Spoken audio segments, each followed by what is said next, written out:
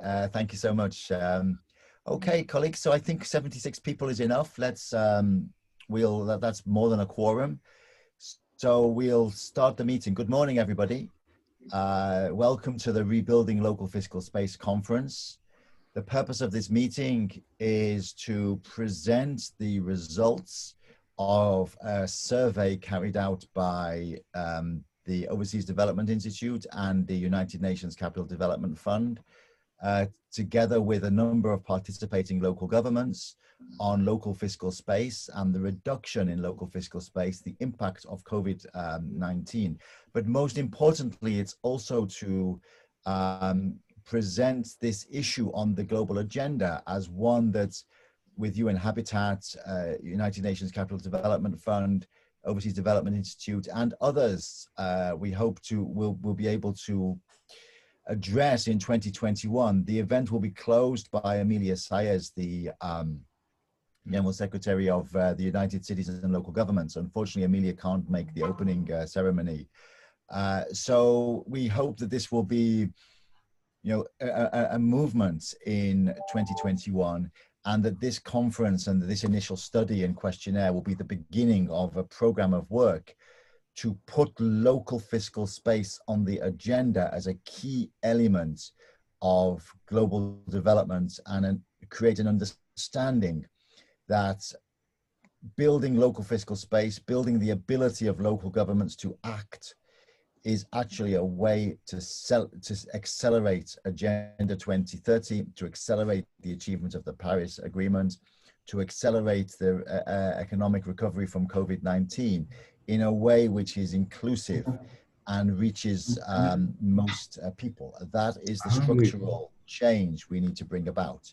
So to that end, I'm delighted to be able to introduce Maimouna Mohamed Sharif, the Executive Director of UN Habitat. Thank you so much, Maimouna, for joining us in this meeting and for really joining forces with us on this very important initiative. And I hope it can be a really good example of the UN pulling together, addressing a very important global challenge with our deep substantive knowledge of local governments that we share, our two UN agencies. So over to you, Maimouna, and once again, thank you so much for joining us. Thank you very much, thank you very much, colleague, friends, ladies and gentlemen. A very good morning, good afternoon, and good evening to all of you, wherever you are in this world, in these new normals. It's my privilege, actually, David, to welcome all of you online to the UNCDF Rebuilding Local Fiscal Space Conference. As I mentioned earlier, this is very close to my heart because I was mayor before for 7 years in Penang. So the COVID-19 pandemic has put national and local government between a rock and a hard place, a choice between public health and the economy. And over the past month, city leaders have had to make a very tough decision, especially as another round of lockdown sweep across the world. So as I mentioned earlier, as a former mayor, I can tell you that the fiscal space of local governments around the world has been severely reduced. We have the webinar together with Metropolis, UCLGs and all that. I think this shows the proof that, for example, local government in Africa are expected to experience a drop in local finances around 65% on average. This is very, very devastating figures. And how to talk about recovery, the green recovery, resilient recovery, if there really a drop of local finance for around 65%. So it is undeniable that cities are at the epicenter of the pandemic, accounting for an estimated 90% cases. And at the same time, a city is the economic growth. Urban economies make up around 80% of the global GDP, and thus critical for global economic recovery. So today, while still managing the day-to-day crisis, local government needs also to organize themselves to lead the post-COVID recovery, if there is a post-COVID recovery. I hope so. We've increased service delivery and investment in the local economy. And I know this is very tough order. and a very tall order also. So during the pandemic, local fiscal space is tightening, but demands are increasing. And this scenario sheds light on the key challenges at the very heart of decentralization and the local governance. So the sustainable financing of cities is one of the key pillars of sustainable urbanization, without which we cannot achieve the sustainable development goals, nor implement the new urban agenda. We are now 10 years to go to the decade of action by 2030. So it is clearer than even before that the decentralization of political authority cannot deliver on its promise of more efficient, responsive, and accountable service delivery in the absence of appropriate local finances. So the multi-dimensional impacts of the pandemics in the urban context have clearly amplified the argument for further developing and leveraging the own source revenues, or OSR, of cities and local government. So as important of own source revenue is for the development of the local fiscal space and for the effective and accountable local governance, it is rarely used to its full potential. For example, it is not a secret that raising tax tends to solicit public pushback, especially from the local elites who are often most affected by increase in the cost of business licenses and taxes on land and property. Overcoming vested interests is suboptimal OSR system. This will require strengthening the incentive to fully use this system of OSR. So we need to be smart about where we risk undermining the sustainable development of the local capacity. For there can be no doubt that the management of the consequences of this pandemic, as well as the achievement of the SDGs in the medium and the long run, will require functional and effective and proactive local governments. Having said that, colleagues, we have to perform a balancing act. As much as we should incentivize local governments to more fully leverage local OSR system, we need also ensure that immediate humanitarian issues are also addressed. Because 63 countries are already facing humanitarian or refugee crisis, are in the dire needs of external support. Vulnerable population cannot withstand this crisis on their own. By 2021, around 435 million women and girls will be living on less than $2 a day, including 47 million pushed into poverty as a result of COVID-19, and nearly 346 million children who rely on schools' meals must now look for other sources of daily nutrition. So food is also a challenge now. Addressing this immediate humanitarian crisis is very paramount. So simultaneously, we need to plant the seed to build back better and greener. But how? It is this challenge that we are all grappling in our own municipal finance work at UN Habitat also. So our work on the OSR in Kenya and around the world aims to enhance the OSR capacity of cities and foster sustainable fiscal space. Our work on the land-based finance, specifically in the fragile context, such as Afghanistan and Somalia, seeks to ensure that enhanced revenue capacity also translates into improved service delivery. On the other hand, we also need to respond to the short-term financing concern of the local government. Our work around the city investment platform seeks to facilitate access to private capital for cities while simultaneously incentivizing alignment with the SDGs. The problems, my friends and dear colleagues, is clear and it is very complex. We can only find suitable measures to accelerate economic and financial and fiscal recovery by working together and learning from each other. I think this program is very, very good because from this we will learn from colleagues and also from the mayors. So I would like to applaud UNCDF for its effort in bringing such important event at this critical juncture. And I hope this conference will pave the way for further deliberation and collaboration on the challenges which lie ahead of us. I would like to thank you for your time and wish you all a fruitful deliberation, and also my colleagues are here to join and to listen to the end. So thank you very much, David, over to you. Thank you. Thank you so much indeed, Maimuna, for those inspiring opening remarks. And indeed, we really hope that this can be an area where the UN can present a united front to cities to really help them in the support that they are going to need, I think, in 2021. And without further ado, I would like to bring in Dr. Ratin Roy, the Managing Director of Research and Policy from the Overseas Development Institute, who has been partnering with us on this study of the initial study of the effect of of the COVID-19 on local fiscal space. And then I'll say a few words at the end before we move to the next section. So over to you, Dr. Roy. Thank you. Can you see me? We can see you and hear you loud and clear. Excellent. Well, good evening, good morning, good afternoon, everyone. It's a real privilege for me and a pleasure to be here collaborating with my old colleague, David Jackson. I spent a lot of time in the UN. I'm a great believer in multilateralism.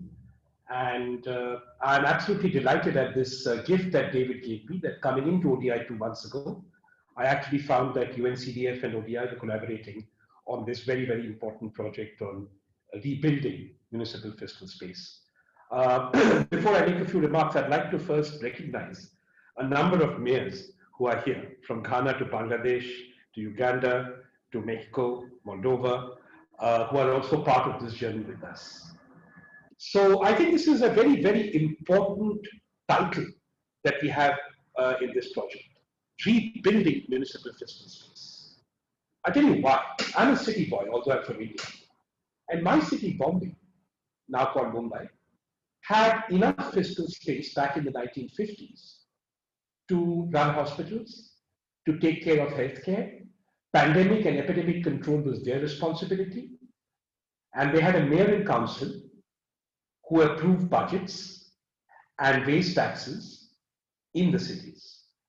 As the development transformation took place, there tended to be an overarching centralizing force that took money away from the cities on the grounds that it would be more efficient or more equitable or rural-urban bias, and then began starving the cities of funds, which then meant that functions atrophied, and therefore functions were taken away.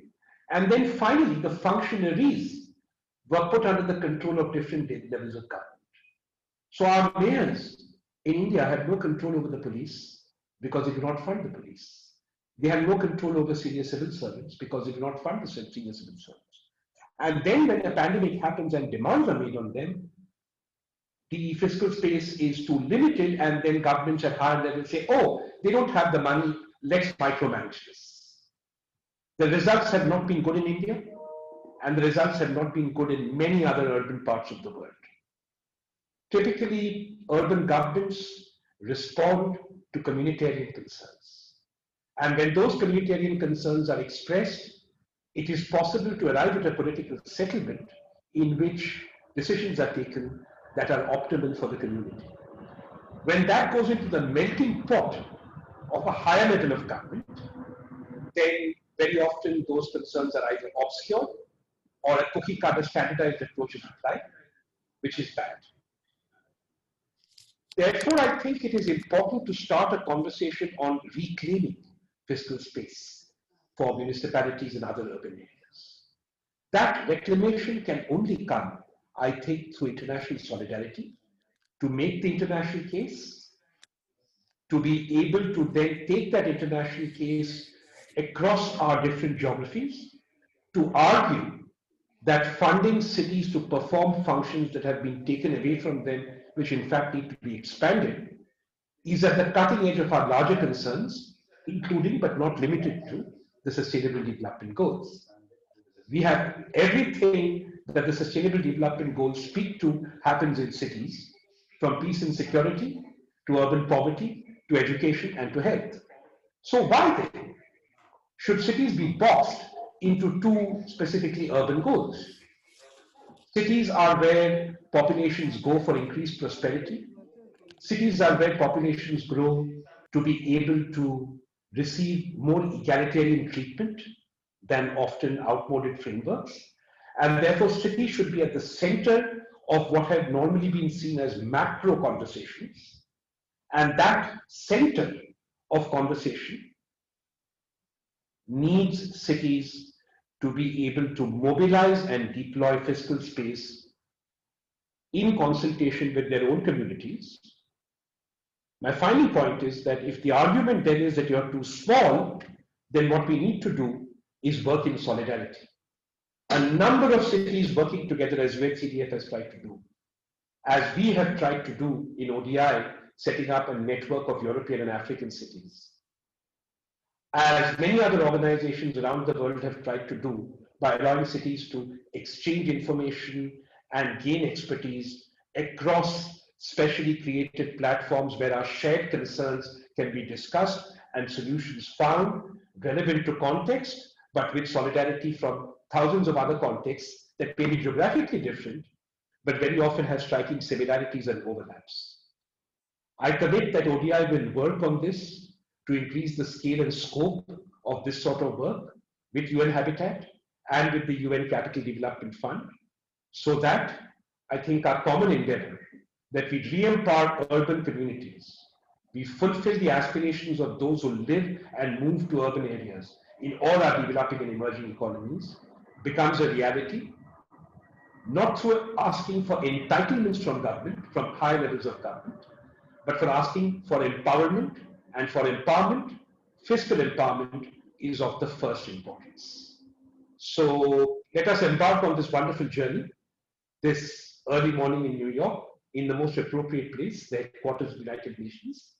And I promise you that ODI and our entire collective of experts and partner organizations will work with you enthusiastically and giving priority to this endeavor. Thank you.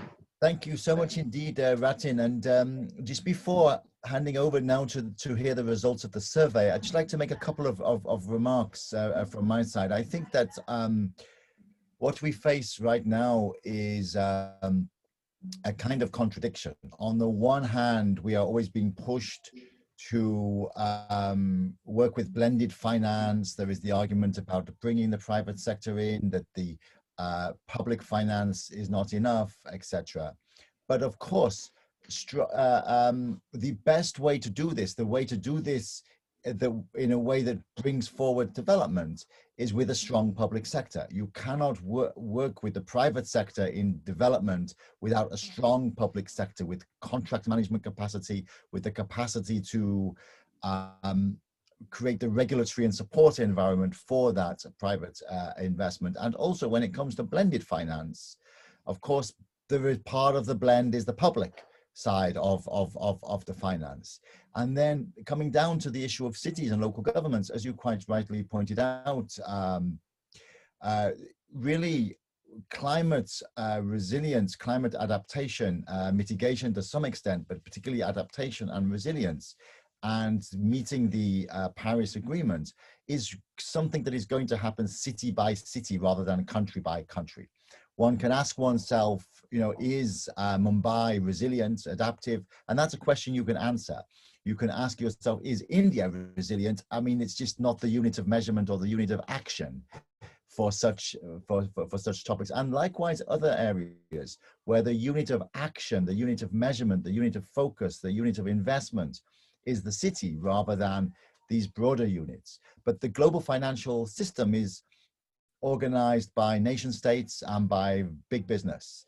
Those are the two big pillars of the global financial architecture. And we're going to need to have a third pillar, a kind of non-sovereign municipal local government pillar, if we're going to be able to not only meet the Paris Agreement and sustain our future on the planet, but also even engage proactively with the private sector as we're being encouraged to do. That will require this strong municipal sector. So I think there are some key architectural features to this. And the fear is that unless we get it right and put it on the table now, in 2021, because of the impact of COVID on fiscal space, we will see a continued squeezing of fiscal space along the lines that you described, which will then hamper our ability to achieve the global development goals. And just finally, I think another example of how there has been this hollowing out, this squeezing of the local fiscal space that you described, Dr. Roy, is the issue of the impact of some of these platform digital services, which have really grown during the COVID pandemic across the world, from Airbnb to delivery services to other types of platforms, even to Uber. You're seeing these platform services carrying out major functions, paying zero tax to the city that they depend on in order to be able to deliver their services. Every Amazon delivery truck is driving along an urban road that is maintained by a city, but the tax, if it's paid at all, is often not paid even in that country. And this is a problem we are discovering that is global. It's not a problem that is only in the world's big metropolitan areas. It's a global issue. This hollowing out of the fiscal space, the reduction of the bricks and mortar tax base, if you like. So that's another area we'd like to address as part of this this work. So I think this is a good way now to move to the next part of the meeting, in which we will request Gundula and Jesper from ODI and Degi Consults, who are again one of our partners, to briefly present the results of this survey. Then we will hear from the mayors, and I hope then we can start to build an agenda for work in 2021 that addresses the issues raised by Maimuna, by Ratin Roy, and the ones I've touched on myself. So over to you, I think, Jaffa, who's going to moderate this next session. And thank you so much indeed, Dr. Roy and Maimuna, for your comments. Thank you, David. Thank you for managing the opening session. Thank you, Dr. Roy and Ms. Maimuna Sharif. On this session, we have two panel discussion. The first one is the presentation of the finding of our research, which is going to be done by Gundula Lofa and Jesper Stephenson. And the findings and the research is phase one of this program. So we will hear what they found, but out of this, and the second panel will be the mayors discussing the local fiscal space and its effect. We will follow that with the question and answers. Somewhere in December, we will finalize our report, and we will design a pilot program to support the mechanism of local fiscal space post-COVID beginning of next year. And then we will have, that will be as phase two, and then we will have phase three based on the results of that pilot design and whether the cities themselves feel that this is useful enough to move forward. The presentation will cover three main issues. One is, of course, the own resource, the effects that COVID had. The second one is the intergovernmental fiscal transfers, how much of the effect that one had. And then the local economic space itself, the businesses, what did COVID do to the local businesses? And what have we seen within the municipalities? And the fourth piece is the expenditure, because we've heard both from Ms. Maimuna Sharif and Dr. Retin how much municipalities still have the ability to do and manage these issues. Welcome, Gundula and Jesper. You have 20 minutes. Thank you. Thank you very much, Jaffa. I'll start by sharing my screen with the presentation.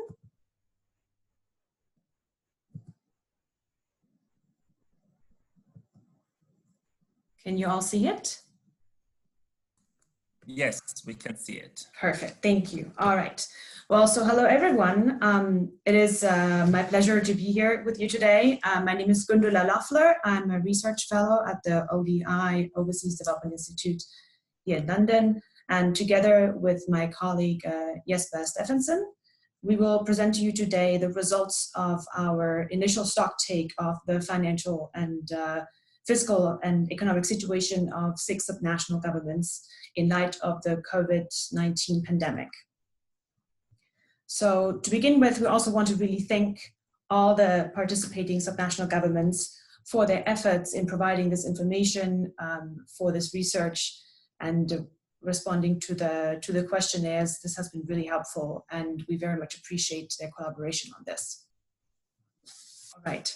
So to start us off, we wanted to give a quick overview of the overall revenue composition of the subnational governments before the pandemic started. So as you can see from the graph on the screen, all the participating subnational governments rely heavily on own source revenue as well as on intergovernmental transfers. Other revenues play a very minor to no role at all.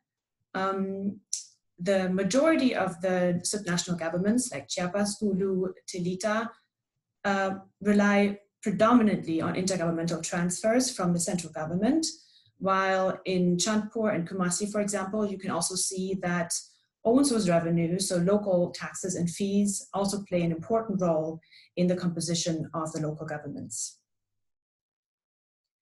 Then we will start, I will talk specifically about the own source revenue component. These charts on the screen show you the trends of per capita own source revenue yields, both budgeted and actual, before the pandemic. Here you can see there's quite a bit of variation or quite a bit of fluctuation between the years, up and down. In some municipalities or subnational governments like Chiapas and Gulu, own source revenues seem to have gone down in tendency, while in others like Chandpur, Telita, they seem to have been going up beforehand. In Kumasi, there isn't a real trend observable. The other thing to note here is that there's quite a range in per capita yields between the different municipalities and subnational governments. For example, $3 to $4 per person in Kumasi, while in Chiapas we see $50 to $80 per person of own source revenue per year. Keeping, of course, in mind that Chiapas is a federal state as opposed to municipal government. So in terms of the own source revenue composition before the pandemic, the subnational governments we looked at had, as unsurprisingly, a broad range of different own source revenue sources. The usual suspects you would expect to see in local governments: taxes and fees on land, local business activities, fees on local government services, rental incomes, etc. Quite a large number of different sources, between 10 and 40 different sources, but many of them yielding only relatively low to moderate yields. We also noted that none of the subnational governments had revenue from online business or the so-called new gig economy activities. So these are potential revenue sources that are not being tapped for the moment. Looking at the collection ratios, we also noted that there is quite a bit of variation between different subnational governments in terms of compliance and enforcement. So some subnational governments seem to be doing quite well in collecting all the revenue that they are levying on their taxpayers, while others might struggle with getting taxpayers to comply. All subnational governments, however, also reported that they have considerable untapped revenue potential, mostly due to a large informal sector. So there is quite a bit of potential of getting new taxpayers into the tax net.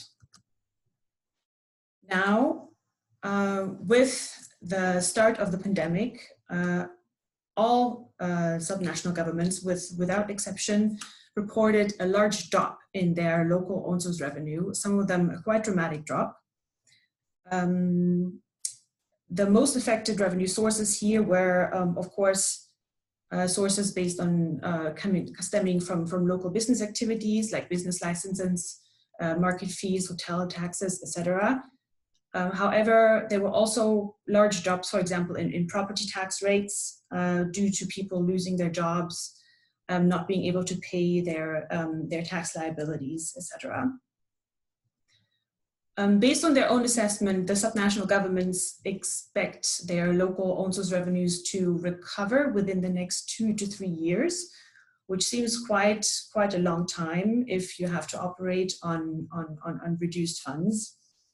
And they also report that their routine collection practices have been severely impacted by the pandemic. For example, by not being able to have face-to-face contact with taxpayers and making sure that compliance and enforcement operates as usual. So this graph shows you again the drop in subnational government, the drop in ONSOS revenue due to the pandemic, and the impact that it had on ONSOS revenue. The yellow bar here represents the period from March to September 2020, when the pandemic hit.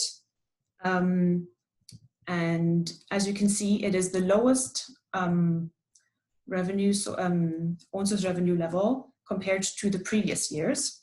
So compared to the average of the same periods in the previous years, Chandpur experienced, for example, a drop of about 23%, Chiapas a 41% decrease, Gulu even a drop of 87%, and Kumasi a drop of around 25%. So these are quite substantive reductions in ONSOS revenue due to the pandemic. So what have subnational governments done in response to COVID-19? We asked the question,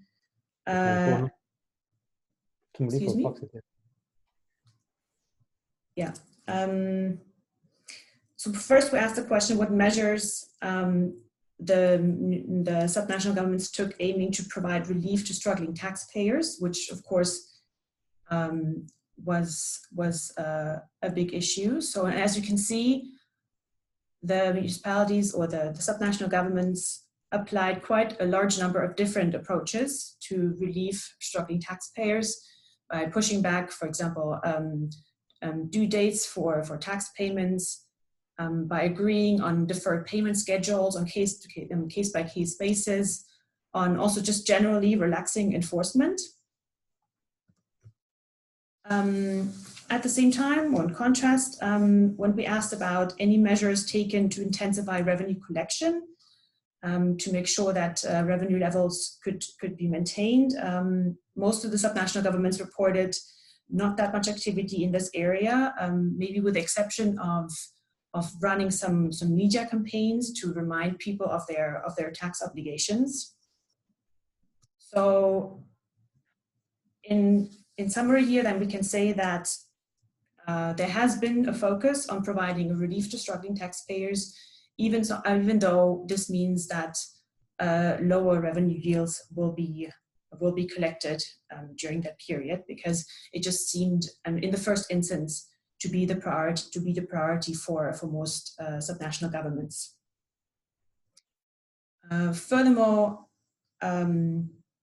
the research revealed that none of the subnational governments either divested or are now planning to divest any of their municipal assets, nor have any of them, with the exception of one, have any of them taken or are planning on taking up any loans to cover the revenue shortfall or the increased expenditure pressures due to the pandemic, which means as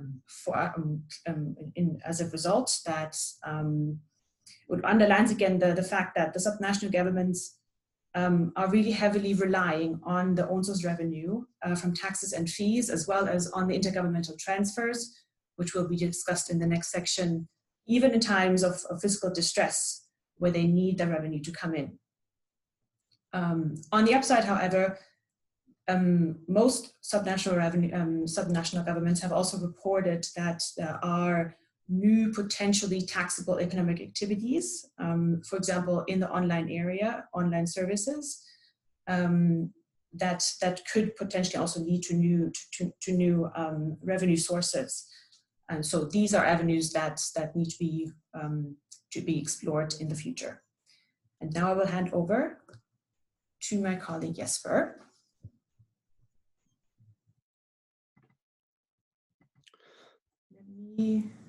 Thank you. Okay, you have control now.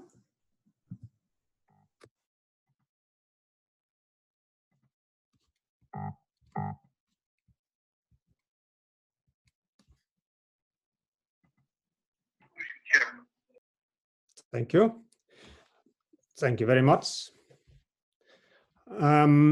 As mentioned by previous speakers, the intergovernmental fiscal transfers are really constituting a significant part of the subnational government resources. In all the cities, they have 44% or higher level of grants, and often the transfers is the most important source of revenue, even for these big cities. We have looked at the background, what has happened 3 years before the COVID, and we have looked at what happened during the COVID with the transfers. For all the subnational governments, they have a quite complex system of intergovernmental fiscal transfers. There are multiple different types of grants. And for all of them, except for one, the system is not really a predictable system of transfers. They have problems with the timeliness. We have problems with predicting what is happening. And also with the autonomy, as mentioned by Dr. Roy, there are always problems there as well. Yes.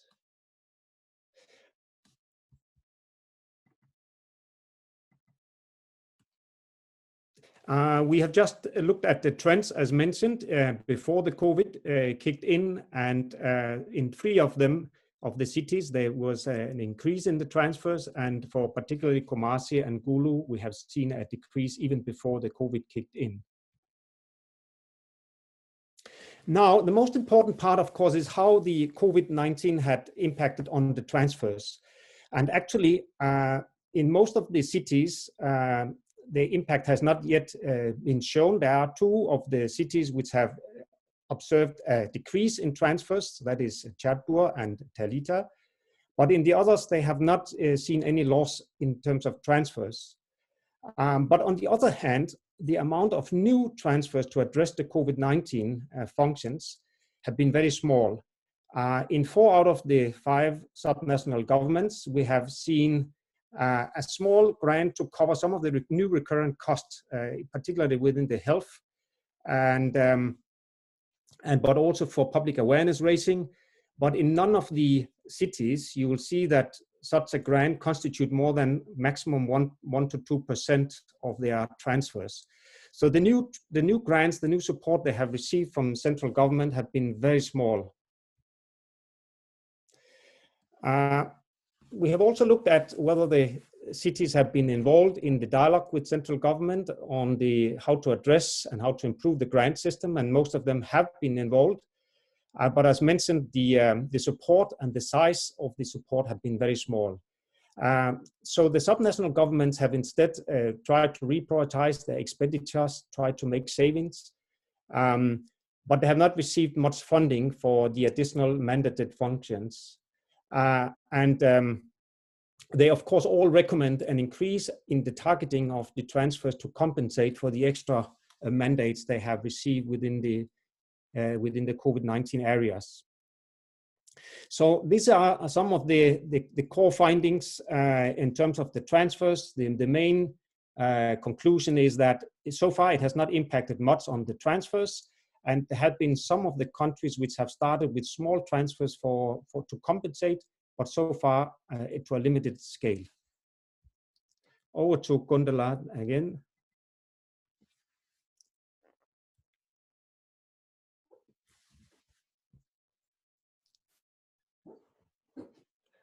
So Gundula, you should be able to.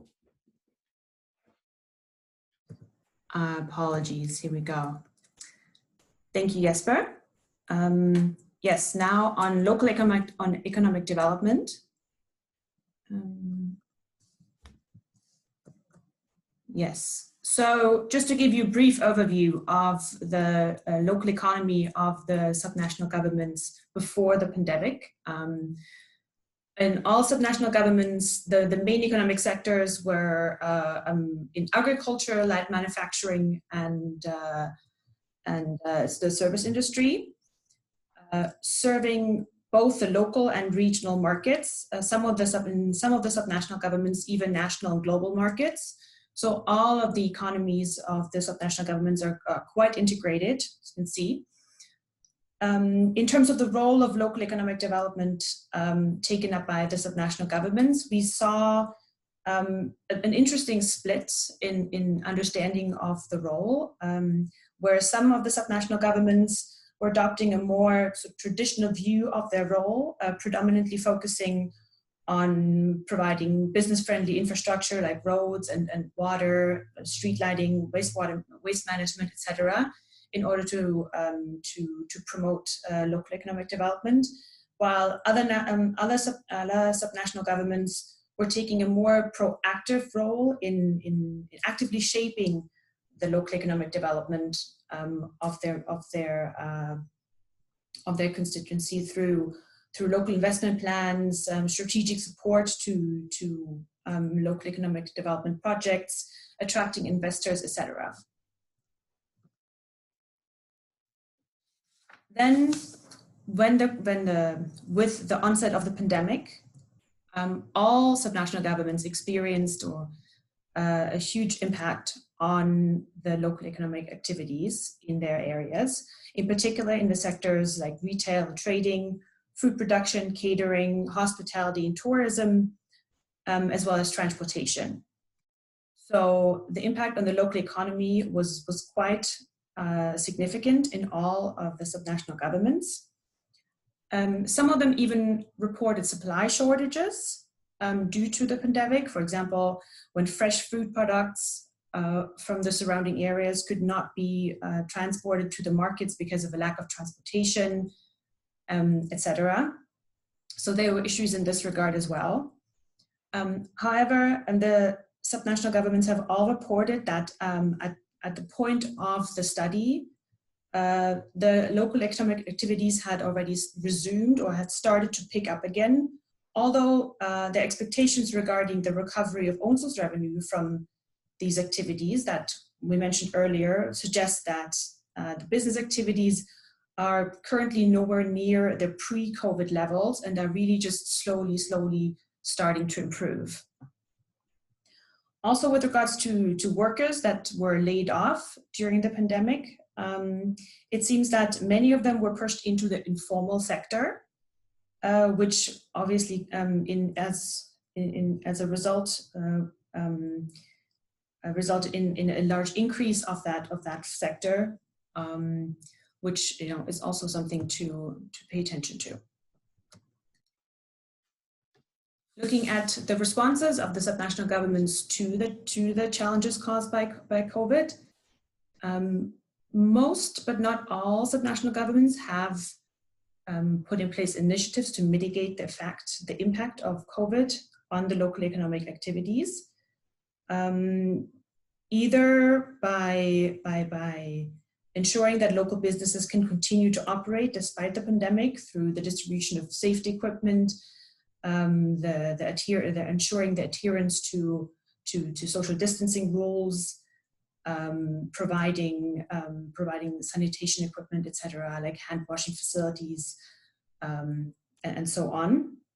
But also by providing financial support to struggling businesses through facilitating access to finance, and also for both businesses as well as for individuals who are struggling.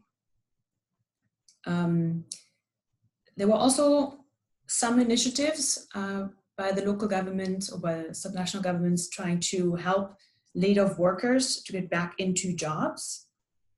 And there are a range of different investments in place or in the process of being rolled out that intend to foster local economic development going forward and generate also new own source revenue.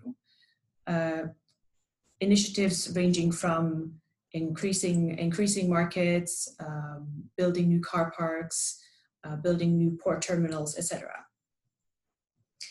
And finally, in terms of strengthening the role of subnational government in fostering local economic development, post-pandemic, we see that the subnational governments appear to be open to exploring new approaches to their role in terms of creating new partnerships with other neighboring subnational governments, with other financing partners, and also adopting a stronger service orientation towards the business community.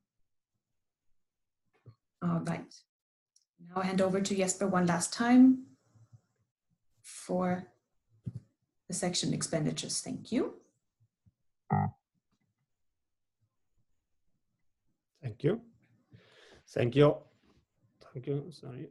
Yeah, thank you. The last area we looked at is the expenditures and how it has impacted on the expenditures. As you see, the per capita expenditures varies greatly across the cities. It's interesting to note that actually a big chunk of the expenditures were on development. About typically 25% of the subnational government expenditures are on development.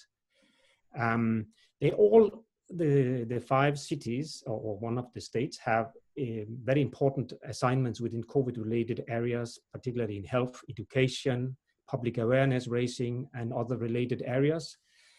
So they were mandated really strongly within the COVID areas to take action.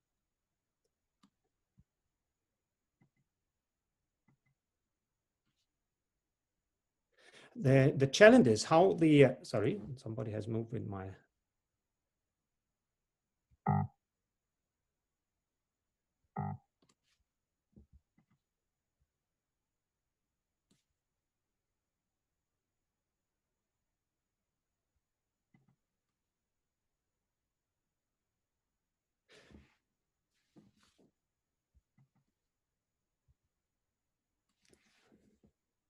Sorry for that. It seems to be moving up and down. I wanted to go to 4.2. Let me see.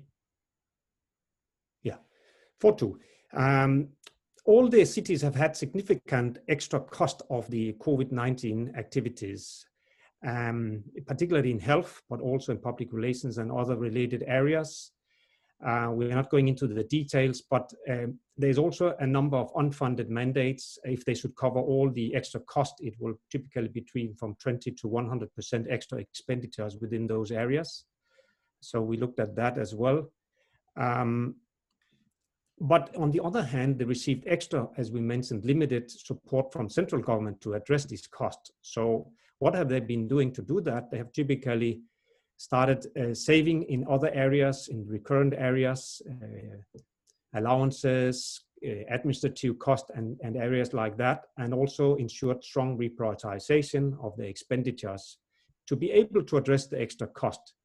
But as mentioned by Gundala, they have not been able to mobilize extra revenues. So the only thing they can continue to do, of course, is to explore new revenue sources, but also to continue with the austerity measures and also to plan better for the disasters in the future, and then try to look at new opportunities to mobilize revenues within the new IT-related areas, as we also discussed before. So to conclude on some of these issues, the subnational governments have significant mandates within the COVID-related areas. The finance has been under increased pressure as the fiscal space has decreased. As mentioned, the own source revenue reduction has been between 23% up to 87% within, if you compare the period within COVID with the same period the year before. And of course, it has been difficult because of the economic downturn, but also because the subnational governments had been in need of alleviate the burden of the taxpayer. So they have not been collecting as much taxes as they used to do. On the other hand, they have not received much support from central government. The highest extra grant they have received was 1.6%, but otherwise the small extra grants have typically been between 0 and 1%.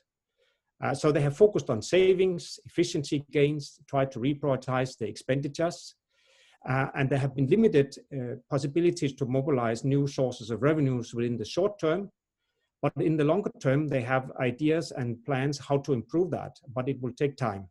So in the meantime, there is a need to strengthen the intergovernmental fiscal transfers and to bring local economic development back on track.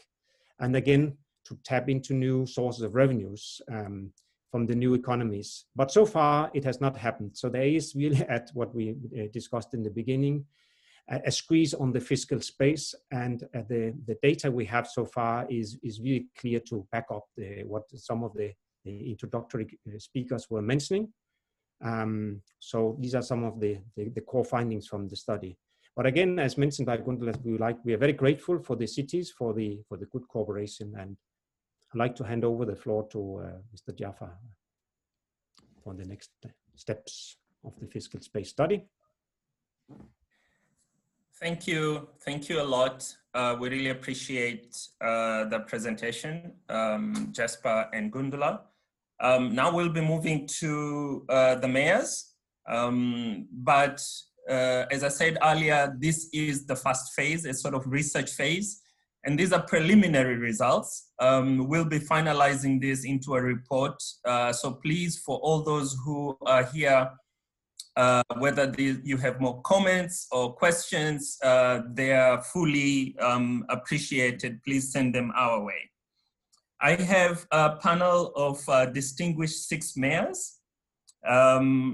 Based on time, in order to leave some time for question and answers, I'm requesting the mayors to use 5 minutes. We are looking for your point of view based on this data, but also what are we seeing generally. I would like to start with Honorable Mayor Osei Antwi from Kumasi, and then followed by Honorable Mayor Rodica Russo from Telita. Please, let's go ahead. Honorable Mayor Osei Antwi.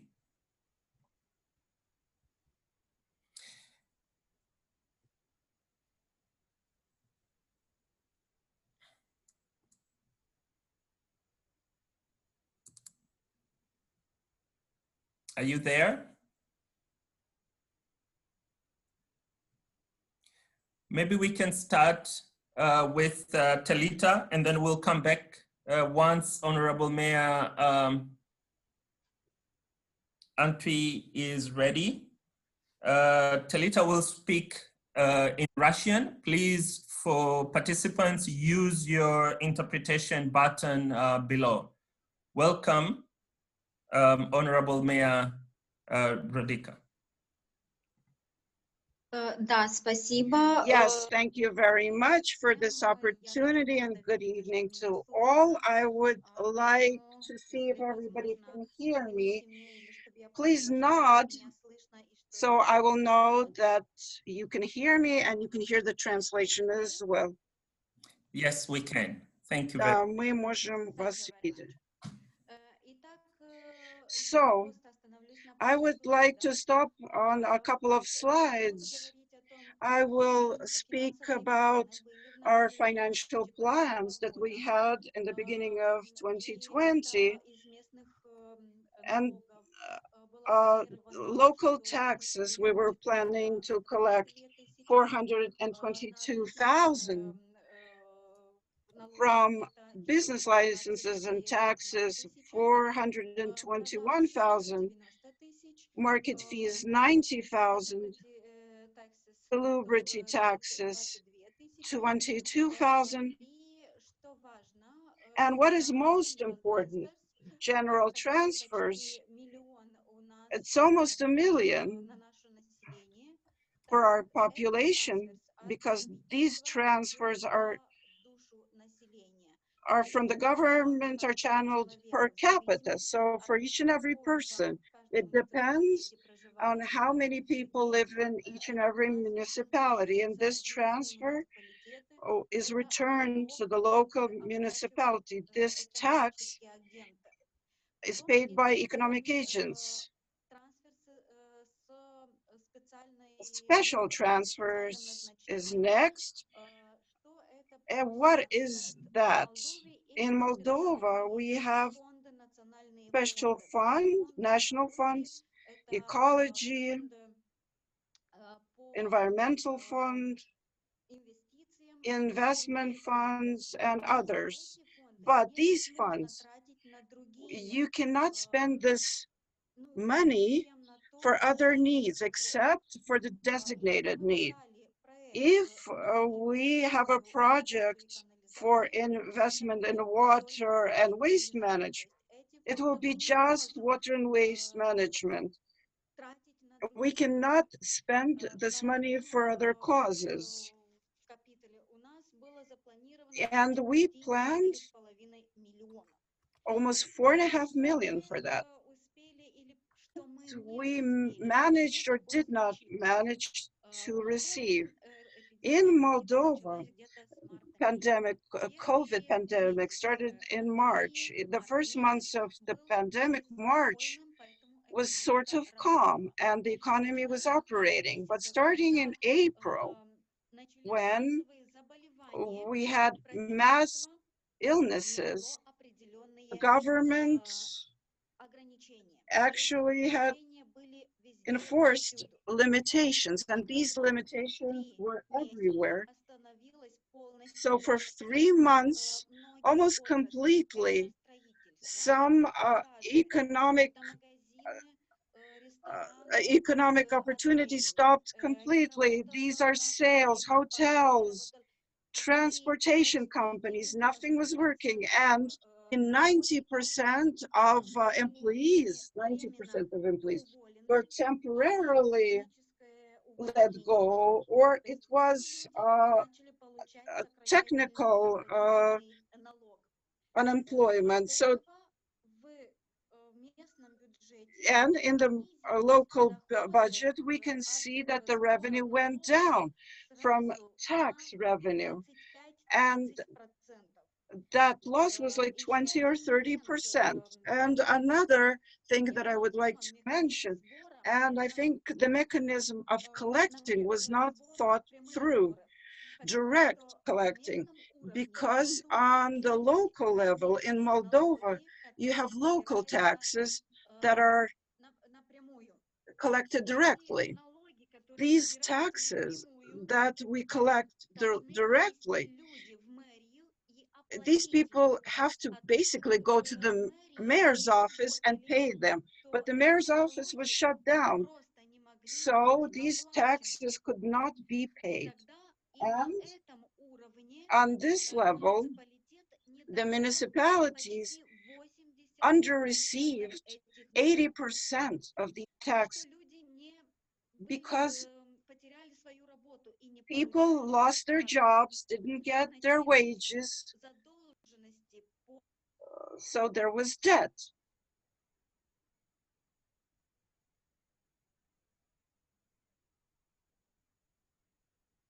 I cannot, the interpreter cannot hear the speaker.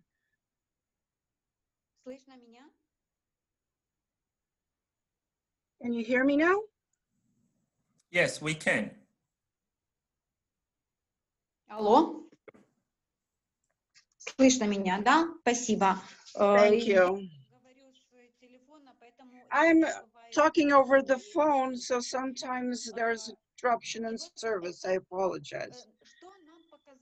So what did this show? All of this situation, that municipalities in Moldova were not prepared for the pandemic. We were not prepared with online mechanism to collect taxes. We were not prepared with our monitoring mechanisms related to tax payments. The economy was unprepared.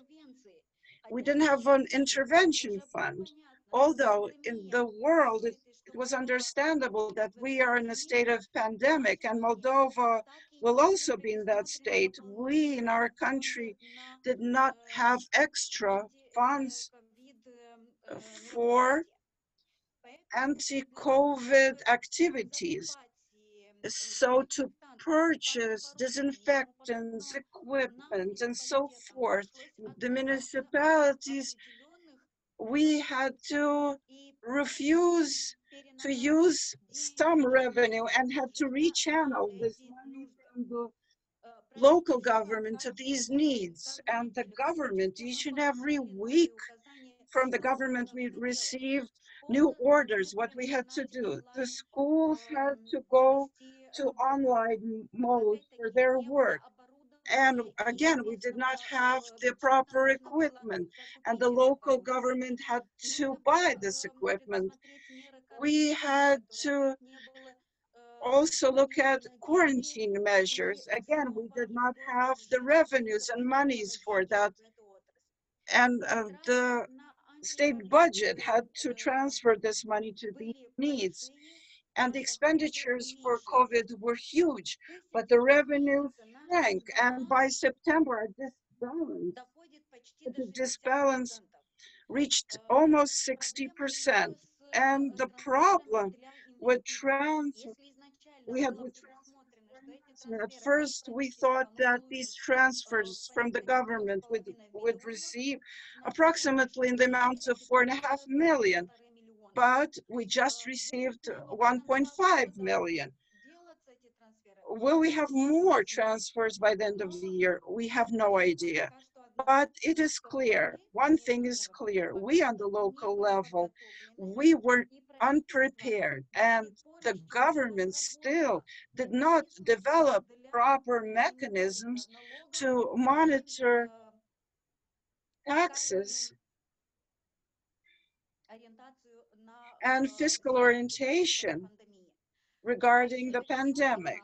Also, the economy, because it temporarily stopped, we did not have mechanism and money to reorient the economy and help business so it would work again and to resurrect the business. So we are still at the stage that we have not solved these issues in Moldova. Thank you for your attention. Thank you a lot. I really appreciate for that input. And we will come into the question and answers and comments from others. That was quite impressive. I will switch a little bit and invite Ms. Emilia Saez, Secretary General of UCLG, to give comments because she has to leave a bit early as part of the local government positioning. And then we will go to the mayor of Kumasi, Ghana. Emilia, please. Well, thank you very much, Jaffer. I was just saying to colleagues that are behind the scenes that I didn't necessarily need to take the floor, but I'm happy you give me the floor anyway. It's true I need to leave, but I am very happy about this session and about the studies that are being done. I think it's a very important job that we need to do within our strategy and the Malaga coalition. Two thoughts that I want to leave with you, and I find the surveys really, really interesting. And I am wondering whether the surveys would have been any different with any other emergency. I mean, the difference between this emergency that we're facing, the pandemic, and others that we face, is that the value of public service delivery has become very upfront. I mean, people have suddenly realized that you cannot have sound health systems if you don't have public service delivery around water, waste management, transportation, etc. the funny thing is that nobody puts those service provisions at the heart of the discussion around the fiscal organization of countries. And I think these studies that we are bringing about, the experiences that the mayors are bringing to this table, need to inform our research, but also our narrative when we face the tough conversations that we will need to have with national governments and the international community. I think it will be critical to ensure that fiscal transfers are not seen, and fiscal instruments are not seen as a way to financing someone else, but as a critical part of ensuring local service provision for sustainability. So I wish you all luck with the continuation of the session. I leave you in good hands of my colleagues from the World Secretariat, Sir Chiapas and Mathilde. And I hope a lot of the discussions that you're going to have today will inform and play a very big role in our work towards a new pact for the future and its acts on government. We need to change the discussion around financing, and fiscal transfers, fiscality, is a very critical part of it. Thank you very much, and all the best to you. Thank you for giving me the floor, Jaffer, very kind. Thank you. Thank you, Emilia. We really appreciate, and thanks for those good comments. I really like the question of, will this have been any different from any other local issue? We will take that and coordinate forward. I would like to go to the Mayor of Kumasi, if you are ready, Honorable Mayor. Antwi? Yeah, thank you for the opportunity given us. We followed the discussion up to now, and we don't have any reservation. It's a true reflection on what we submitted. It's based upon the information that we submitted to you, that you've deduced, and now you've given the presentation. It's very fair on us. But if you look at it critically and you just oppose it to all the other cities, you will see that Kumasi, our per capita expenditure is on the lower side. But there is a reason for that. The reason being that we are living in the center of the whole country, where the transient population outnumber that of the actual population of the city. So every day, the number of people that move into the city, spend the day, spend the night, move out, is so large. But yet, it has an effect. That the effect is that we need to perform a lot of services, and all the services has to come out with a cost. So throughout the whole country, if we talk about the city that is doing well in the area of IGL, we are ranked as the best. But yet, if you match it up with our population, if you match it up with the services that we need to render, it really pushes us to where you see us. Meaning that we need to do a lot. We need to do a lot to increase our revenue.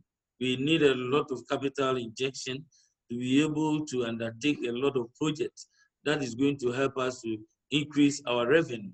Because as for our expenditure, there's nothing that we can do about it. It will continue to escalate, especially now that even per the new government policy and directions, now that the railway line is going to pass through our city, even to Burkina Faso and their neighboring countries. It means now the population is going to increase and increase and increase. So all what we will yearn for is to be able to get a lot of money to invest in our city. Thank you. Thank you, Mayor Antwi. We really appreciate for those comments. Expenditures will increase, but we have to work on the revenue, and that's the main trigger. I would like to move to Dr. Javier Jimenez, Secretary of Finance, State of Chiapas, Mexico. He will speak in Spanish, so please. Muy buenos días. Welcome. Good morning. Good morning, everyone. It is a pleasure and an honor to be here in this session of panelists, and I warmly greet all panelists. And I would like to tell you all that the governor of the state, Mr. Cadenas, also greets you and thanks you for allowing us to participate in this important activity that you have organized, stemming from the situation that we are all undergoing due to the pandemic and COVID. I would like to thank UNCDF because this kind of activity entails important effects for us to get to know the economic and social context of different regions across the world. I will be brief concerning our state, the state of Chiapas in Mexico. Our state is located towards the southern end of the country, and in average, we have 5,500 inhabitants. It's an important population. We have 30% indigenous population, and they participate in economic and social activities to a large extent. I would also like to let you know that in our state we have 124 municipalities. And I would also like to say that economic activity as such is distributed in the following manner. 70% is tertiary services, that is commerce, business in general. 20% accounts for secondary activities, that is construction, civil construction, roads, hospitals, that kind of activities, and 7% accounts for the primary sector, which is agriculture, and so forth. This, which I will describe briefly, shows how our economy impacts the economy of the whole country and the effect that it might have. But also, I would like to say that our state may withstand 5% of the budget needed for all state activities, and 95% comes from the federation. So 5% comes from the state, 95% comes from the federation for our budget. So we might feel privileged because the federation has worked to benefit the states because the federal contributions have not been reduced. But we are aware that as a state, we do need to generate much more revenues so that we don't depend from the federation to such a large extent. And at the same time, we can participate in this kind of scenarios. I would also like to put forth that regarding the pandemic, from March to September, which is a period where the economy got stagnated and paralyzed, and where the impact did represent a reduction in collection, in revenues, in hospitality sectors, in businesses as a whole, and in a loss of jobs. But I would also like to add that as a state, we fostered and implemented certain measures, including the delay of deadlines for tax obligations. We deferred these deadlines. We also worked in how to collect online to avoid citizens from getting near to each other.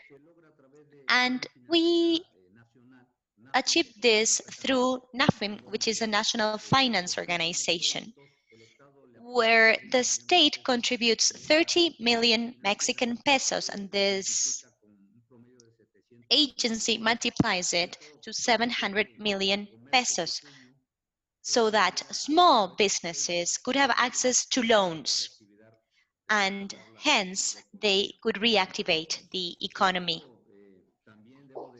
I should also say that within the resources that the Federation provided, these resources were very carefully managed.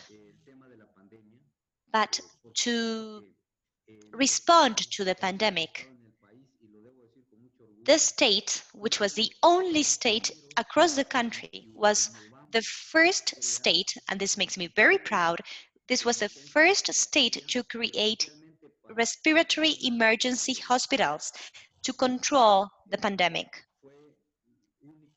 This was unique across our country, and we are also working hard since the beginning of the pandemic on food support programs through an institution that we call DIF in our state, so that individuals would not have to leave their homes and would be able to have basic food supplies, especially for individuals that are more vulnerable. And also in terms of the health sector, the state was also a role model because we established health brigades so that we could perform tests in the homes of the individuals across our state. And this was very beneficial because except for one state, which is Campeche, which didn't implement this measure, this was very critical. We use a traffic light system that measures the pandemic. And we can say that in our state, the pandemic is controlled, not across the whole country, and I am not the person to decide on that either, but I have to say that we are working very well under the leadership of our Governor Cadenas, and hence we believe that we are working appropriately. It is true that we will foster better mechanisms and schemes for collection purposes. We are establishing a plan to invest in the southern area of the country, which does need infrastructure and investment. To give you an idea, an appropriate scheme being implemented by the Federation is to foster the gas line plan for the gas line to get to the southern area so that the state will be able to invest in the secondary sector, which is industry. We hope that this can be achieved so that we can carry on helping the Federation and not to depend to such a large extent from the Federation as well.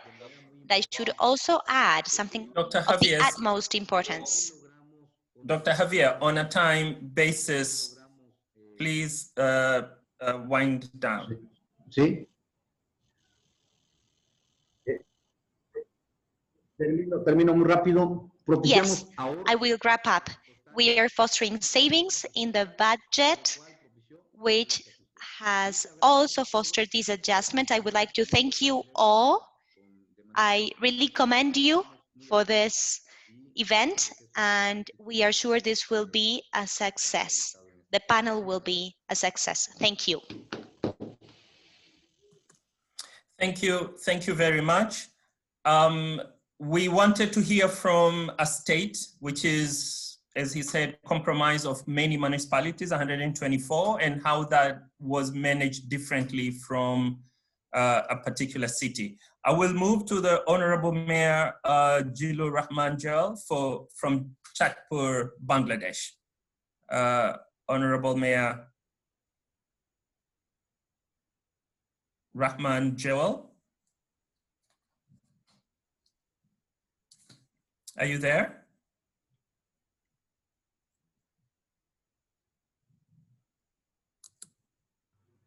Mr. Jeffer, thank you. Yes. Distinguished guests, ladies and gentlemen, good morning, good afternoon, and it's evening here, so good evening from Bangladesh. I'd like to thank UN Capital Development Fund, UNCDF, for inviting me to this conference. Today is the 7th day of my mayorship after I took over the responsibility of Chandpur municipality.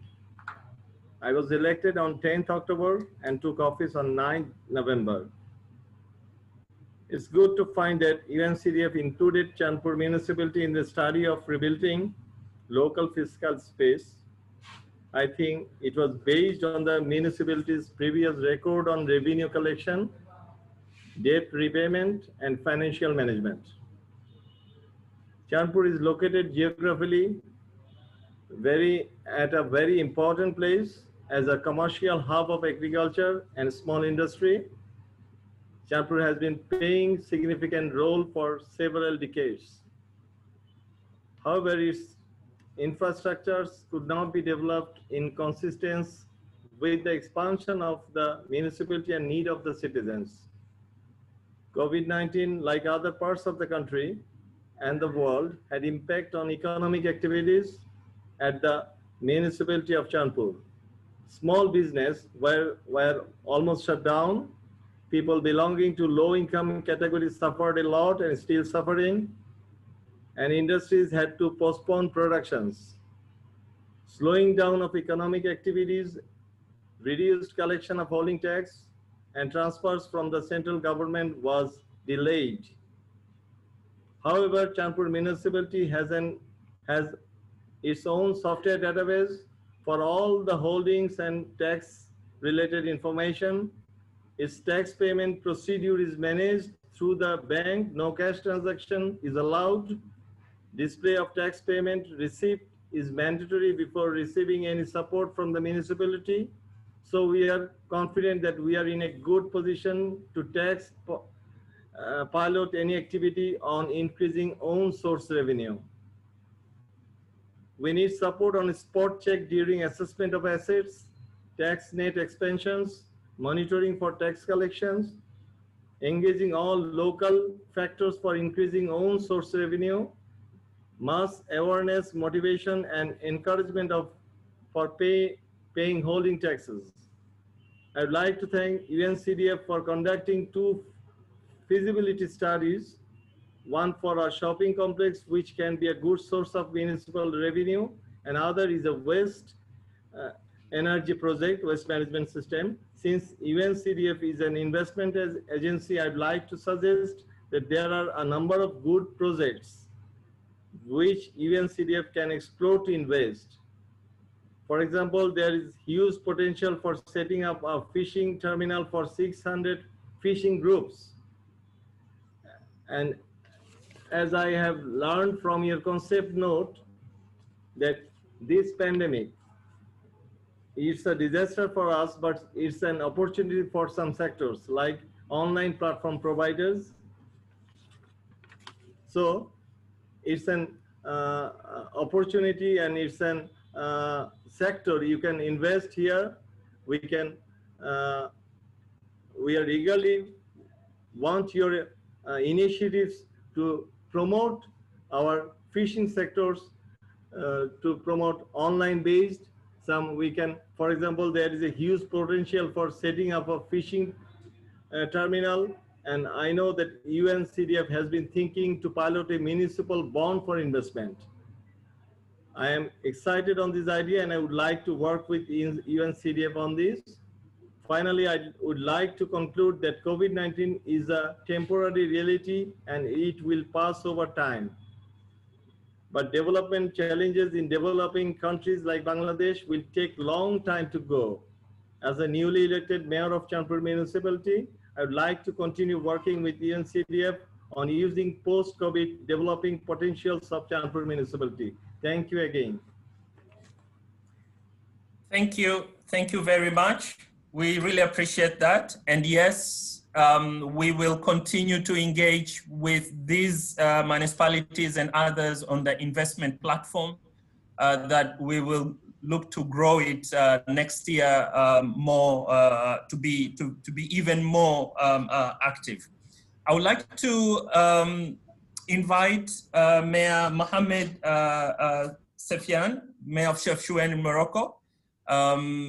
Please give us your comment for 5 minutes, and he will speak in French.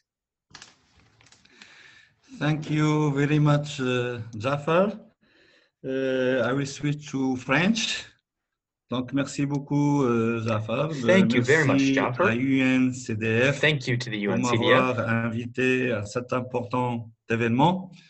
Moi, je suis Mohamed Sfiani, le maire de la ville de Chefchaouen, au nord du Maroc, une ville intermédiaire, une ville qui est caractérisée par le tourisme. Donc, on a fait beaucoup d'efforts en termes de ce secteur-là les dernières années, ce qui a donné que le nombre de touristes et le chiffre d'affaires généré par le tourisme dans la ville a été multiplié par 3 durant les 10 dernières années. Donc, pour cela, je fais l'introduction pour dire que la pandémie a eu un impact très négatif sur la ville de Chefchaouen et vous comprenez pourquoi. Parce que le tourisme, pratiquement, il est en arrêt. En arrêt depuis mars. Nous, on est entré dans le confinement le mois de mars au Maroc. Et là, nous avions passé 3 mois consécutifs, mars, avril et mai, en confinement total. Et depuis le mois de juin, les frontières internationales elles sont toujours fermées, sauf des exceptions, bien sûr. Et pour les étudiants, pour les besoins de santé et du business, mais pas le tourisme. Et aussi, nous sommes entrés dans la phase, la deuxième vague de la pandémie. Pour dire, cette pandémie a eu un impact sanitaire important. Il y a eu aussi un impact économique et social très important sur la ville. Et on est arrivé le mois de mars, avril, mai, à pratiquement la ville, 80% de l'activité économique qui est fermée. Donc, qu'est-ce que nous avons fait? Tout d'abord, nous sommes travaillés dans le cadre du partenariat avec le gouvernement national et avec des institutions aussi régionales. Donc, tout ce qui est subventions et appui financier que nous recevons chaque année pour le budget de fonctionnement auprès du gouvernement national, ça a été maintenu. Et ça, c'est une bonne chose, au moins pour payer tout ce qui est les dépenses obligatoires. Tout ce qui est recettes locales, il y a eu une baisse drastique qui est arrivée jusqu'à à peu près 90% durant les 3 mois. Et globalement, dans l'année, on va avoir des recettes fiscales de moins de 30% pour l'année en cours de l'année 2020. Donc, il était pour nous, il n'y avait pas d'autre solution que de faire une gestion très rationnelle des dépenses. Ça veut dire la réduction des charges, la réduction des dépenses, et on laisse pratiquement que les dépenses obligatoires nécessaires pour maintenir les services publics de base est nécessaire. Parce qu'il ne fallait pas arrêter les services publics, donc la masse salariale, le toilement, la maintenance, etc. Mais tout ce qui est autres dépenses qui étaient programmées, on les a carrément annulées, reportées au début, mais annulées parce qu'on a vu ça continue la crise financière, la crise pandémique et financière. Il y a une autre chose importante au niveau de notre budget municipal. Donc, il y a le budget de fonctionnement et il y a le budget d'investissement. Heureusement, au niveau du budget d'investissement, nous avons des partenariats. Des partenariats, comme j'ai dit, avec des institutions, des organismes régionaux et nationaux. Et là, pratiquement, ça a été gardé, on a continué à investir dans la ville des programmes importants tels que l'assainissement liquide, tels que l'eau potable, tels que les routes, etc. Donc ça, nous avons les programmes qui étaient commencés, on les a pratiquement terminés, poursuivis, on va les terminer l'année prochaine, 2021. Pour l'année 2021 aussi, nous avons adopté le budget lors de la session du conseil municipal le mois dernier, octobre. Et là, je veux dire qu'on aura aussi des recettes de moins de 25%. Ceci pour avoir un budget équilibré. Nous avons aussi fait la coupe au niveau d'un certain nombre de dépenses que nous faisions toutes les années. Et pour laisser pratiquement tout ce qui est vraiment nécessaire, tout ce qui est là, nous savons que 2020, 2021 sont des années budgétaires très difficiles. C'est pour cela une rationalisation, une efficacité en termes de la gestion et de la gouvernance locale. Mais pour dépasser tout ça aussi, nous avons pensé à innover aussi, à faire là. Donc, l'intégration de l'économie informelle est très importante. Le gisement fiscal local, nous y travaillons parce qu'il y a des possibilités de l'améliorer. La possibilité de l'améliorer, donc nous travaillons sur ça pour les familles aisées, pour ADA, etc. Donc, il y a des possibilités. Réactiver l'économie locale, et notamment la locomotive qui est le tourisme, l'artisanat, l'économie sociale et solidaire, la valorisation des produits et les services. Voilà, donc tout un programme de marketing territorial pour le relancement, et ça, nous avons commencé pendant l'été, nous continuerons, et lorsque nous aurons les frontières internationales réouvertes, nous allons bien sûr en profiter pour avoir plus de tourisme, plus de marketing. Aussi la transformation digitale, que ce soit de l'administration locale, que ce soit de l'économie locale en général, en appuyant les micro-entreprises, les petites entreprises. Ça, c'est un programme que nous avons et nous avons un appui du gouvernement national pour faire parce que c'est vraiment important aujourd'hui et pour le futur. Et je terminerai par les finances internationales. Et ça aussi, c'est très important et notamment, il y a des fonds, il y a des possibilités, mais peu de ces financements vont vers les villes et notamment pour les villes intermédiaires. Et nous l'avions dit la semaine dernière lors d'une rencontre du Conseil mondial de CGLU et en tant que président CGLU du Forum des villes intermédiaires, on l'a dit et ça c'est valable aussi pour ma ville de Chefchaouen, bien sûr, c'est que l'accès il doit être facilité pour les villes, et notamment pour les villes intermédiaires qui sont des ressources humaines qui sont pas très développées. Et là, je remercie encore une fois nos partenaires, et aujourd'hui l'UNCDF, AMIF, CGLU, FMDV, pour nous avoir accompagnés pour l'obtention d'un financement pour un investissement qui concerne l'éclairage public, pour qu'on ait un réseau d'éclairage public qui économise bien sûr la consommation d'énergie avec l'utilisation de technologies LED, qui aussi on aura des factures moins importantes, donc des charges, des dépenses moins importantes lorsqu'on va réduire la facture énergétique de la municipalité, et puis on participe, on contribue au développement durable et la lutte contre les changements climatiques. Donc, ça, ce qu'il nous fallait, et je termine par ça, c'est de l'expertise, de l'accompagnement technique, de l'assistance technique. Et là, je pense que des organismes internationaux de renommée qui ont des experts internationaux, ils peuvent nous aider. Et je remercie ce consortium qui nous aide pour, dans le cadre de cette assistance technique, pour rendre nos idées et nos projets plus ou moins élaborés par nos propres moyens en projets qui peuvent être bancables, qui peuvent être présentés à des institutions selon les normes internationales. Voilà, je termine, je crois, les 5 minutes. J'ai partagé avec vous un certain nombre d'idées. Je vous remercie, je suis à votre disposition s'il y a des questions après. Merci. Merci beaucoup. We really appreciate that comment. In the interest of time, I will move directly to the Honorable Mayor George Labeja, Mayor of Gulu. Please give us your comment for 5 minutes. We are running a little bit over time, but from the technology perspective, we are okay. So, Honorable Labeja. Thank you very much for inviting me for this conference. I want also to take the opportunity to thank the UNCDF for picking my municipality to be among this municipality which is piloting this activity. This pandemic has actually made our municipality of Gulu to go behind like almost 100 meters.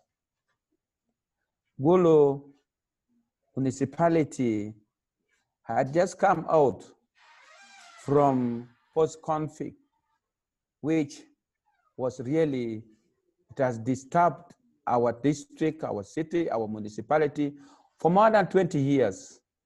And we were still trying our best to come up and catch up with other city, other municipality, other country.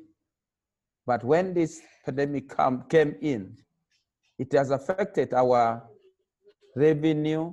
It has disorganized Gulu municipality so much, whereby the revenue that we lost is almost more than a half of what we were expecting to get.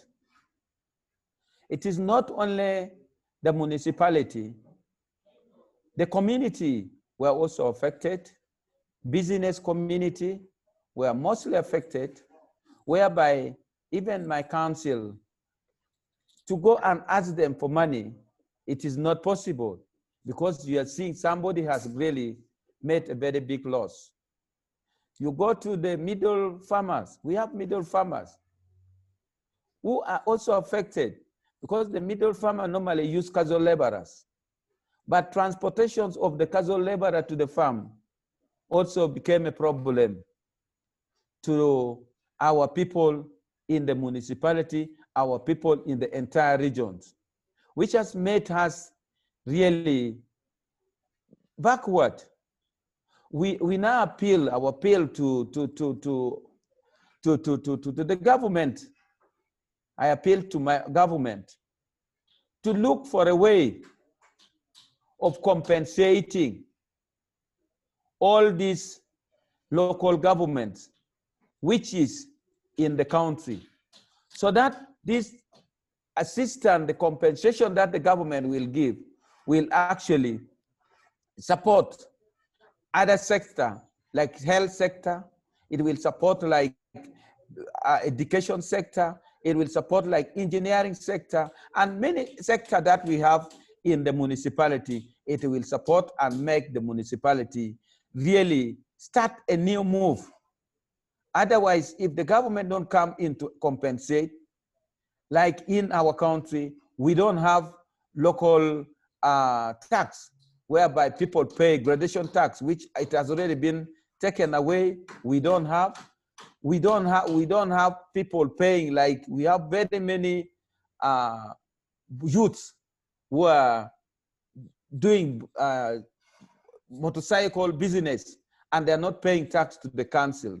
So all those one is really giving us problem, and that is why my proposal is that the government need to come in and support the local governments, the local council, in order for us really to get to a certain level and run with other municipality, with other city, with other state. Gulu, it is not now a municipality as I talk now. We have got a city status on the 1st of July this year. Gulu is now a city. It's one of the cities in northern Uganda, which is about 336 kilometers from Kampala. That is where Gulu is situated. And we really look at our neighboring country like Southern Sudan.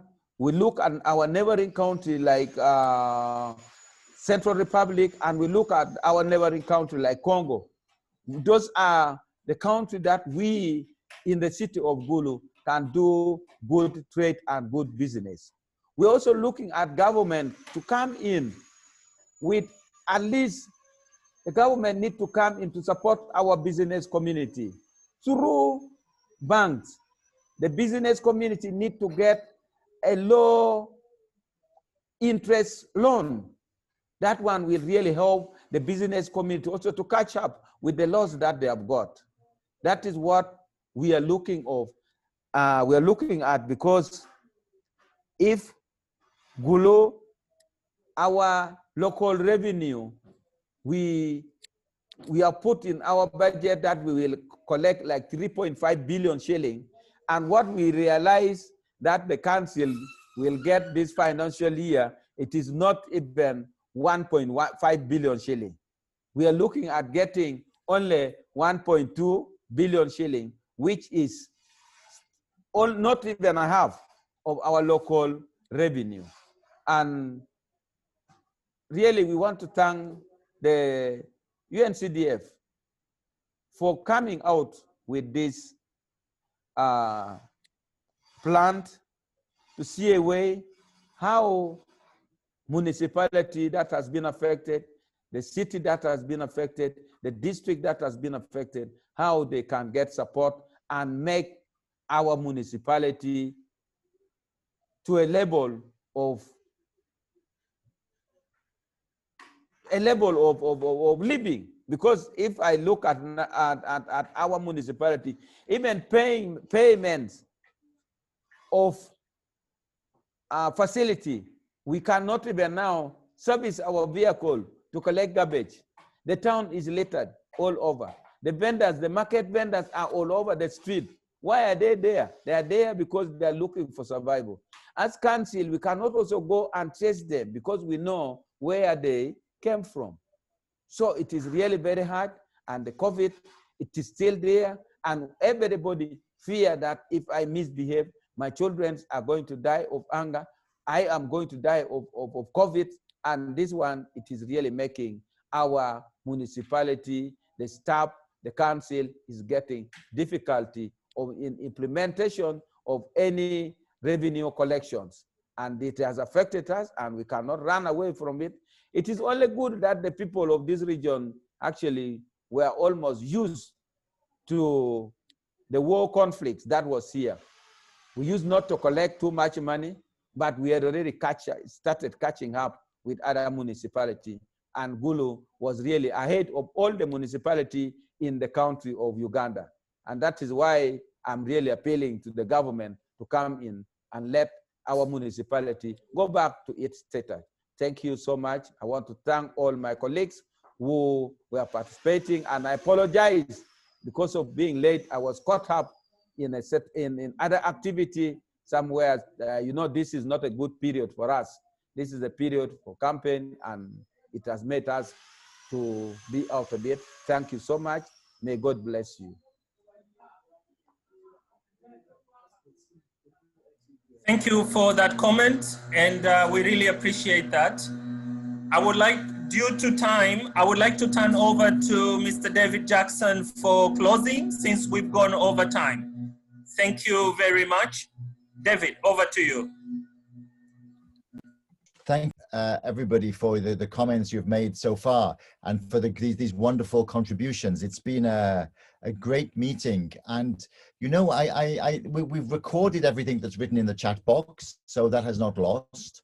And this is the beginning, it's not the end. As mentioned at the beginning of this meeting by Dr. Ratin Roy, by Maimouna Sherif, the Executive Director of UN Habitat, and as mentioned in the middle by Amelia Sayers, unfortunately she's had to leave, the Secretary General of United Cities and Local Governments. Unless we can get a control on this issue and make sure that local fiscal space is a key consideration for both central governments and for the international community, we will not be able to rebuild and emerge from this crisis. So I think 3 big pointers to move ahead. Number 1 is, let's deepen this data collection. Let's expand this analysis, working with our partners, and really get a body of data. The big takeaway from this meeting is that local governments were very generous. They didn't want to pressure people. They understood the crisis, so they relaxed in terms of their local revenue collection, and less local revenue came in. Central governments also tightened up a little bit, or did not give them any compensation for that. Central governments are also feeling a squeeze. And so they have ended up in a worse position than they were before, the local governments. That's one of the big takeaways in terms of the data. And I think the big takeaway in terms of the policy is that when we talk about debt relief, when we talk about global relief measures, recovery measures to countries for recovery from COVID-19, it's important that we make sure that embedded in that is an assurance that the government of that country will cut some space for the local governments to allow them to rebuild their balance sheets as before. So that has to be a key part of the national recovery package. And the third takeaway is that this is not a zero-sum game.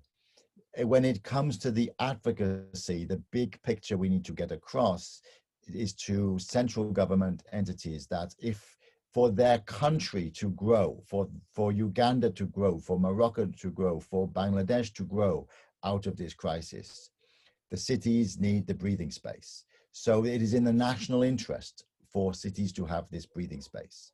It's not a fight. We're in it together. That's the way that the country will grow in terms of jobs, in terms of environmental sustainability, in terms of really coming back stronger from this crisis. So I think with our partners in United Cities and Local Governments, in UN Habitat, with Degate Consult, with the Overseas Development Institute, we can marshal this data. We can make this case to the international community that they need to include this in the relief packages, and we can make this case within the countries themselves that this is the way that governments should look at it. And this is all part of the coalition we have with United Cities and Local Governments for a global financial ecosystem that works for cities and local governments across the world. And so thank you so much. This is the beginning, it's not the end. Local fiscal space will be a key area of work in 2021. And I think in the next meeting at some point early next year, we can look at some of the concrete measures that cities are taking to rebuild their fiscal space. So we are not only complaining and putting the issue on the table, we are also looking at some of the solutions. They were pointed to in the speeches. For example, ways in which we can gain more revenue from these online platforms, ways in which we can use digital solutions to increase the speed with which taxes can be paid, ways with which we can incorporate this as part of the intergovernmental fiscal transfer system, a COVID kind of grant from central to local government to help rebuild for local fiscal space, ways in which we can invest in value chains which rebuild the local economy, specifically those industries that do that in those cities that have identified which industries to invest in. So maybe for the next meeting, we can look at some concrete solutions. Thank you very much indeed, everybody. And really, what a wonderful meeting, and nice to see everybody again virtually, and have a really good rest of the week, and looking forward to connecting soon to address the solutions. So you'll be hearing from us. This is not the end of the conversation, it's only the beginning. Thank you. Thank you. We really appreciate Thank you the very support. much. Thank you. Bye-bye. Bye-bye. Thank you.